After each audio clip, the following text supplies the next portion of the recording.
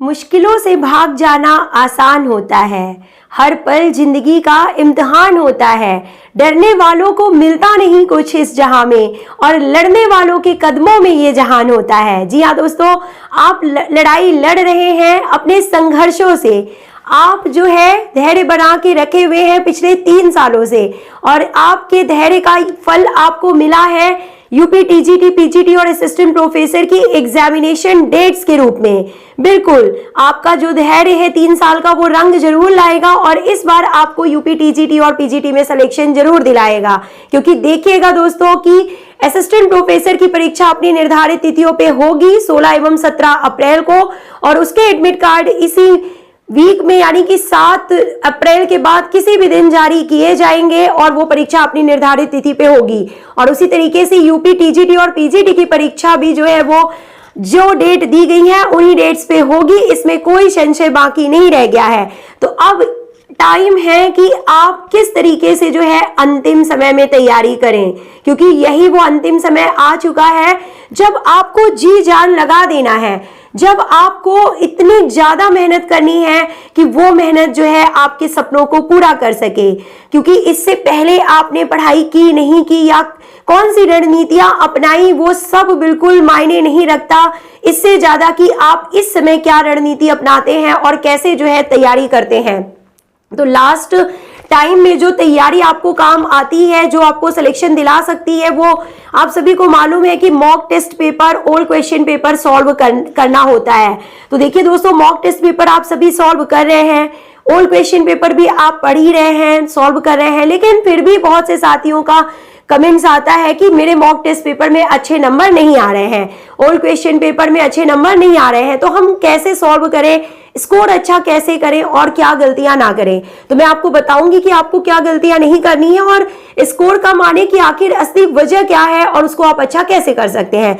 तो देखिए point number 1 कि जब आप अपनी कमी को पकड़िए। पहले दोस्तों, अगर स्कोर कम हो रहा है तो आपको पता होना चाहिए कि उसका कारण क्या है। जब तक आपको उसका कारण पता नहीं चलेगा तो आप उस पे काम नहीं करेंगे, और अगर आप उस पे काम नहीं करेंगे तो आपका लगातार स्कोर कम होता रहेगा और जो स्कोर नहीं बढ़ेगा। तो देखिए मैं आपको बताती हूँ कि आपकी कमी क्या है। आपकी कमी ये है कि आपने अभी तक जो है सिलेबस पूरा नहीं किया है। आपने जैसे ही परीक्षा की तिथि आ गई है, ये सुना, ये खबर आपको मिली, तब आपने तैयारी शुरू की और आपने जो है सिलेबस को अच्छे से पढ़ना शुरू किया। इससे पहले बीच में आप थोड़े डिले हो गए थे, कोई बात नहीं, आपने अभी 2-3 महीने से ही पढ़ना शुरू किया। लेकिन आपकी कमी जो है वो मैं आपको बताती हूँ कि अभी भी आपका सिलेबस पूरा नहीं हो पाया है। तो कोई दिक्कत नहीं है, आप सिलेबस उठाइए और आप देखिए कि आपका कौन सा टॉपिक नहीं हुआ है। क्योंकि देखिए दोस्तों, अगर ओल्ड क्वेश्चन पेपर और मॉक टेस्ट पेपर जब आप सॉल्व करते हैं तो आपको यही दिक्कत जा रही है कि कोई क्वेश्चन आपके सीधी सी बात है गलत हो रहे हैं, सही जवाब आप नहीं दे पा रहे हैं।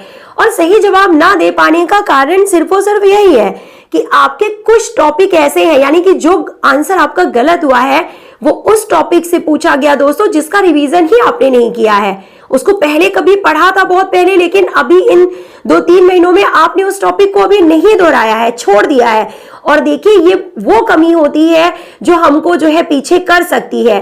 तो आपने पहले कितना पढ़ा था, आज से 1 साल 2 साल पहले, इवन 6 महीने पहले जो भी पढ़ा था दोस्तों, उसका रिवीजन बहुत जरूरी होता है। तो आप रिवीजन कीजिए। सिलेबस आपका खत्म है, लगभग खत्म हो चुका है, कवर कर लिया है आपने 90% सिलेबस। हो सकता है 10% टॉपिक आपके छूट गए हो सिलेबस से, लेकिन आपका रिवीजन बहुत महत्वपूर्ण है। इवन आपने जब से एग्जाम की नोटिस आई है 3 महीने पहले भी जो टॉपिक पढ़ा था, जनवरी में, फरवरी में, 1-2 महीने पहले भी जो पढ़ा था, उसका रिवीजन भी बहुत जरूरी है। क्योंकि बिना रिवीजन किए जब हम कोई चीज एग्जाम में करने जाएंगे तो कहीं ना कहीं हमें डाउट आएगा और हमारा गलत होगा। तो आपकी कमी क्या है कि आपके कुछ टॉपिक छूट गए हैं, आपका सिलेबस कहीं ना कहीं इनकम्प्लीट है। तो सिलेबस को अब आप इतना जल्दी डिटेल में तो कंप्लीट नहीं कर पाएंगे। ये वो कमी तो है नहीं जो थोड़े से टाइम में 1 या 2 दिन में खत्म हो जानी है। तो आप ऐसा कीजिए कि सिलेबस खत्म करने के पीछे मत पड़िए, बहुत डीप में, बहुत डिटेल में मत जाइए, लेकिन रिवीजन कीजिए दोस्तों। रिवीजन और सिलेबस कंप्लीट करने में डिफरेंस होता है। डिटेल में मत पढ़िए, लेकिन हर एक टॉपिक को टच करते हुए चलिए, हर एक टॉपिक को थोड़ा थोड़ा सा देखते हुए चलिए। जो छूट गए हैं मैं उनकी बात कर रही हूँ स्पेशली। अब बहुत डिटेल में तो नहीं हो पाएगा, लेकिन थोड़ा थोड़ा उनको जो है आप बेसिक जो है और थोड़ा समझ के और आगे बढ़िए, और फिर जो दूसरा नहीं हुआ है उसकी तरफ आगे बढ़िए, फिर एक और उठाइए नया टॉपिक जो छूट गया है, फिर आगे बढ़िए। इस तरीके से थोड़ा सा धैर्य रख के और थोड़ा सा भी आप 2-3 दिन की प्रैक्टिस उन टॉपिक्स को करने में दीजिए जो आपके छूट गए हैं। तो देखिएगा आपको जरूर इसका फायदा मिलेगा, और जो आपके क्वेश्चंस गलत हो रहे हैं वो कहीं ना कहीं आपके सही होंगे और आपका स्कोर भी बढ़ेगा। दूसरा देखिए, लोग कहते हैं कि हमें पढ़ा हुआ भूल रहा है, याद नहीं रहता, और ऐसा लग रहा है जैसे एग्जाम आ रहा है तो सब कुछ भूलता चला जा रहा है। पढ़ा तो सब कुछ है, लगभग सब कुछ पढ़ लिया है दोस्तों आपने, लेकिन ऐसा लग रहा है हर किसी को कि भूल रहा है, सब कुछ दिमाग से उतर रहा है। तो अब इसके लिए मैं आपको तरीका बताती हूँ कि आपको कैसे पता चलेगा कि नहीं भूल नहीं रहा है। तो देखिए क्या करना है दोस्तों, इसके लिए भी अच्छी प्रैक्टिस यही है, मैं खुद ये सब अप्लाई कर चुकी हूँ, इसे आपको बताती हूँ कि एक ओल्ड क्वेश्चन पेपर आप उठा लीजिए किसी भी स्टेट का, सपोज यूपी टीजीटी का तो आप बहुत दिनों से सॉल्व कर ही रहे हैं, अच्छे से बनने लगे हैं। यूपी टीजीटी का लेवल कहीं ना कहीं दोस्तों थोड़ा सरल होता है, सिंपल टाइप के क्वेश्चंस आते हैं। आपको एक क्वेश्चन दिया जाएगा और उसके जो 4 ऑप्शंस होते हैं वो सीधे सीधे 1 लाइनर होते हैं और बिल्कुल सिंपल तरीके से उनको पूछा जाता है। लेकिन आप किसी दूसरे स्टेट का क्वेश्चन पेपर एक उठाइए, किसी भी स्टेट का टीजीटी का आप क्वेश्चन पेपर उठाइए और अब उसको सॉल्व करना शुरू कीजिए। जब आप क्वेश्चन पेपर सॉल्व करना शुरू करेंगे तो आप देखेंगे कि आपको 80% क्वेश्चंस तो एक नजर में आपसे बन रहे हैं। आपने क्वेश्चन देखा, उसका आंसर आपसे बन रहा है, दूसरा क्वेश्चन देखा, आंसर बन रहा है, 10 क्वेश्चन देखे पूरे बन रहे हैं, 15-16 कहीं नहीं बन रहा है, थोड़ा सा डाउट लग रहा है, फिर आगे बढ़ते जा रहे हैं, सारे क्वेश्चंस बन रहे हैं, बीच में थोड़ा कुछ क्वेश्चंस में डाउट आया, फिर बाकी सारे क्वेश्चंस बन रहे हैं। आपने क्वेश्चन पेपर सॉल्व कर लिया। अब सोचिए जब आपका स्कोर आया 95, ओके एग्री कि आपका स्कोर 100 नहीं आया, 120 नहीं आया, 115 नहीं आया, लेकिन 95 आया, 98 आया, आप 100 के करीब है दोस्तों। अब आप इस स्कोर को देखिए और खुद से पूछिए और खुद फील कीजिए कि आपने ये क्वेश्चंस कैसे सॉल्व किए। आपके ओल्ड क्वेश्चन पेपर सॉल्व करते समय क्या आपको थोड़ी सी भी दिक्कत हुई? ये जो 95-98 क्वेश्चंस आपने अच्छे से कर लिए हैं, क्या इनको करते समय आपको थोड़ा भी डाउट हुआ? नहीं हुआ, आपने बहुत अच्छे से इन क्वेश्चंस को सॉल्व किया है, आपसे बन रहा है। तो इसका सीधा सीधा मतलब यह है दोस्तों कि आपने जो पढ़ा है वो आपके दिमाग में है और वो आपके दिमाग में रहेगा, वो पूरे लाइफ टाइम आपके दिमाग में रहेगा, वो चीजें कभी नहीं भूलेंगी, क्योंकि इन चीजों को बहुत मेहनत से आपने तैयार किया है और ये वो क्वेश्चंस हैं, ये वो पढ़ाई है जो आपको सिलेक्शन दिलाने वाली है दोस्तों, और ये जो आपके सपने को पूरा करने वाली है, तो आप उसे कैसे भूल सकते हैं। तो बिल्कुल भी डरिए मत कि हमें भूल रहा है, पढ़ा हुआ हमसे नहीं बन रहा है, क्योंकि ये जो 95 और 98 स्कोर आपने किया है दोस्तों, ये आपके स्कोर है, ये क्वेश्चन पेपर आपने सॉल्व किया है। तो खुद पे विश्वास रखिए, ये क्वेश्चंस मैंने सॉल्व नहीं किए हैं, मैं तो सिर्फ आपको गाइड कर सकती हूँ, बता सकती हूँ कि आप ऐसे पढ़िए वैसे पढ़िए, लेकिन जो पढ़ रहा है रियल में वो पर्सन कोई और नहीं आप है।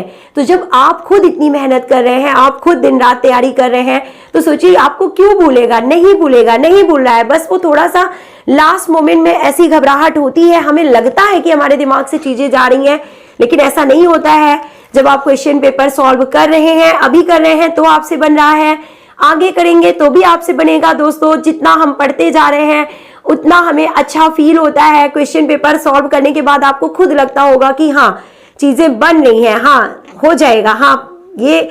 और फिर देखिए इवन जो बहुत अच्छे से जिनकी तैयारी हो चुकी है या जो अभी कंटिन्यूअसली पढ़ते जा रहे हैं जो लोग, तो उनको ऐसा भी लगता है कि चाहे जैसे क्वेश्चन पूछा जाए हमसे बन जाएगा। बस आपको तो बस यही विश्वास रखना है दोस्तों कि जिस भी तरीके से क्वेश्चन पूछा जाएगा हम उसका आंसर करने के लिए तैयार हैं।